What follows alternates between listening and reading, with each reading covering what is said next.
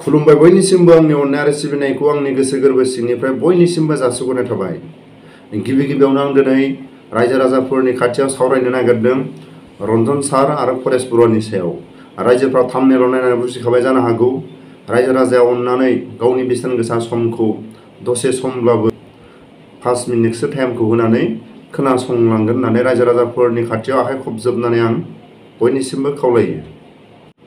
दा आङो नैबे अके थके मोननै, नैबे जाहैबाय अके थकेया रन्जन सारनि आरो नैबे जाहैबाय आखिना परेश बरुवानि।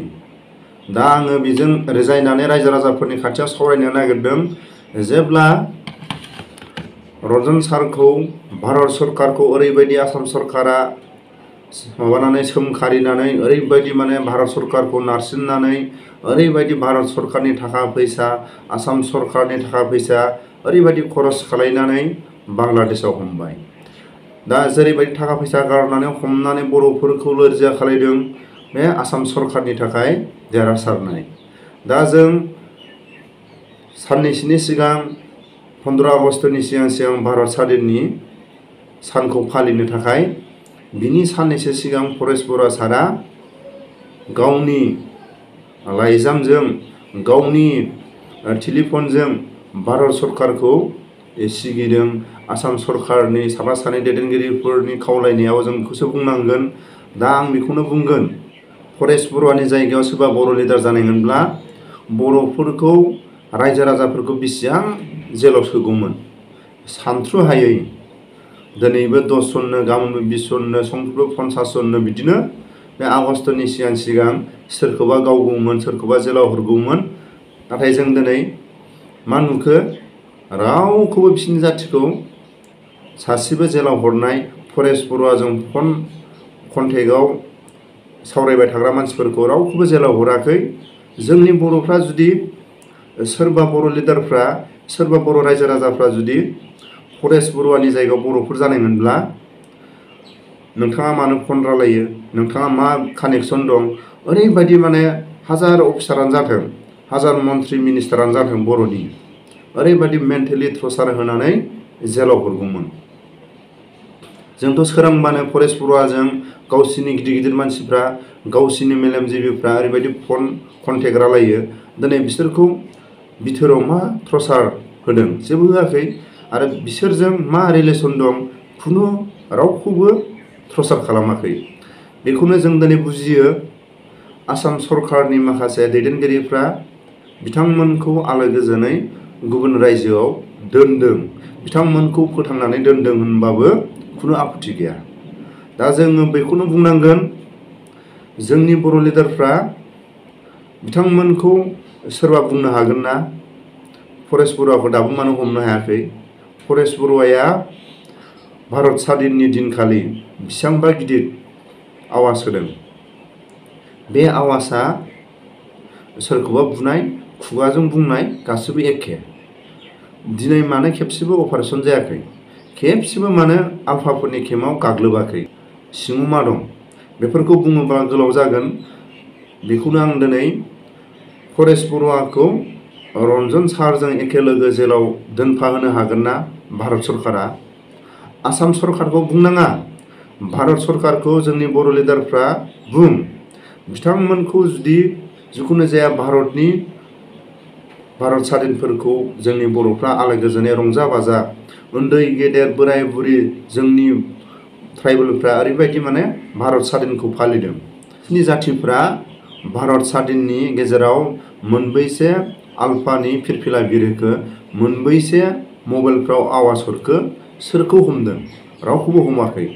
बर' लिडारफ्रा बेखौ भारत सरकारनि सायाव खावलायनांगौ आरो भारत सरकारनि सायाव बुंनांगौ। थाखानाय गावसा आलो गोजोनै रायजोआ दंखायो। अब्ला दिनै आलादा इन्डियानिफ्राय गावनो थाखाय दिनै बिथांमोनहा गासैबो गावसिनि सरकाराव थानाय गावसिनि मोजां मोजां मेलेमजिबिफ्रा बिथांमोनजोंनो सापर्ट दं। बिथांमोनखौ मानो खेबसेबो टर्चार होआ? बिनि आन्दोआव मा दं? बेखौ जोंनि बर' लिडारफ्रा बुंनो हायो। दा रन्जन सारा दिनै बाब्राब खुब्राब, मालाबा मोदोम माननाय, मालाबा गुजुनाय, मालाबा बिदिनो असान्थि, बे सान्दुं गोसायाव बेसेबांबा न' सिङाव थानानै बाब्राब खुब्राब मालाबा गुजुनायनि बेराम मालाबा माननायनि बेराम बिदि सहायनांदों। दिनै जों बुंनो हायो रन्जन सारखौ ओरै सोनाबा फवासे फवानै फवाबाजों बिगासे। दा रन्जन सारखौ दोननाय जायगाया फवासेल' आरो जोङो बिटिआरनि बायरायाव बुङो हाया 1 बिगा जानो 5 कथा नांगौ। दा नोङो 1 कथायाव बे 1 कथानि बे जायगायाव न'खौ लुनानै बाउन्डारि खालायनानै बेसेबां जायगा थायो? बे रन्जन सारखौ दोननाय जायगाया मथा मथि कथासेल' जागोन। बिनि थाखायनो आं खावलायो लिडारफ्रा थाबैनो 14 सेप्तेम्बरनि सिगां आरो 14 सेप्तेम्बरखौ फालिनो थाखाय जोंनि बर' लिडारफ्रा बिटिआरनि दैदेनगिरिफ्रा रन्जन सारखौ लांनो हागोन ना मुंख्लं सान फालिनायाव आलासि महरै? बेखौ आंनिफ्राय सोंलु आरो आं नैबेखौ खावलायो बे आंनि चेनेलनि गेजेरजोंनो जोंनि बिटिआरनि दैदेनगिरिफ्रा जोंनि बर' लिडारफ्रा दिनै बिटिआरनि सालायगिरि दैदेनगिरिफ्रा रन्जन सारजों मोजां गाज्रि सावरायनो थांदों, रन्जन सारजों माबा मोनसे सावरायनो थांदों खोनाफेरदोंना? रावबो खोनायाखै। दा जों मोनथियो बुजियो एसेबाबो जों हमनो हायो भारत सरकार आसाम सरकारा रन्जन सारनि खाथियाव थांनानै मोजां गाज्रि सावरायहैयोब्ला बिटिआर सरकारनि दैदेनगिरिफोरखौ फासि होगोन ना जेलाव होगोन? दिनैसिम जों बिटिआर एकर्डनि उनाव मानो रन्जन सारनि खाथियाव बिटिआरनि दैदेनगिरिफ्रा बिटिआरनि सागानगिरिफ्रा बिटिआरखौ जायफोर दिनै इउपिपिएल सरकारा सालायदों मानो खेबसेबो थांनानै मोजां गाज्रि बेमारफोर जादों ना माब्रै दं जिखुनु जाया दिनै मानो सासेबो बर' लिडारखौ थांनानै रन्जन सारनि खाथियाव थांनानै माने खेबसेबो मोजां गाज्रि खबर लाहैफेराखै? सोर सिगिदों? मोजाङै बे इउपिपिएलनि लिडारफ्रा बुंनानै ला जोंखौ रन्जन सारनि खाथियाव थांनो होआ, रन्जन सारनि खाथियाव थाङोबा जोंखौ फासि जेल होगोन, जोंखौ जेल होगोन बिदि जोंखौ सिगिनानै दोनदों।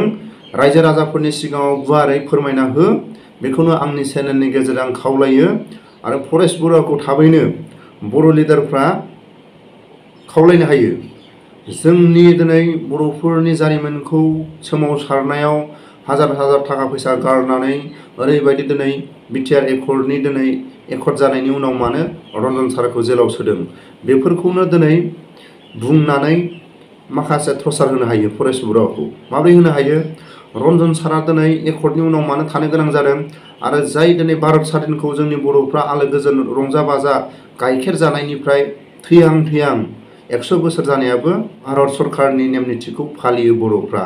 अब्ला दिनै भारतनि नेम निथिखौ बर'फ्रा फालियो अब्ला दिनै बर'फोरखौ मानो एसेबां नासयदों?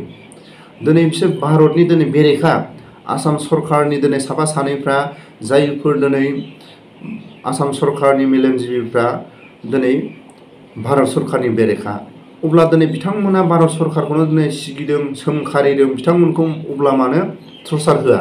फरेस्ट बुर'आबो जेरै रन्जन सारनि बायदि जेल जानांगौ बेखौनो आंनि चेनेलनि गेजेरजों खावलायो आरो बे आंनि चेनेलनि गेजेरजों आं बुंनायफ्राव माखासे गोरोन्थि जायोब्ला आं बर' रायजो राजाफोरनि खाथियाव बर' दैदेनगिरिफोरनि खाथियाव निमाहा बिनायजों रन्जन सारखौ बिटिआरनि दैदेनगिरिफ्रा मुंख्लं सानखालि रन्जन सारखौ लाबोनानै बे दुखु सानखौ फालिहोनो हागोन ना?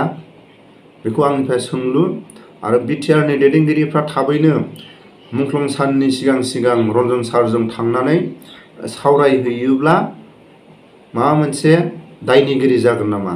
आंनि बे चेनेलनि गेजेरजों सोंलु खालामनायजों लोगोसे आं भिडिअखौ दोनथ'बाय।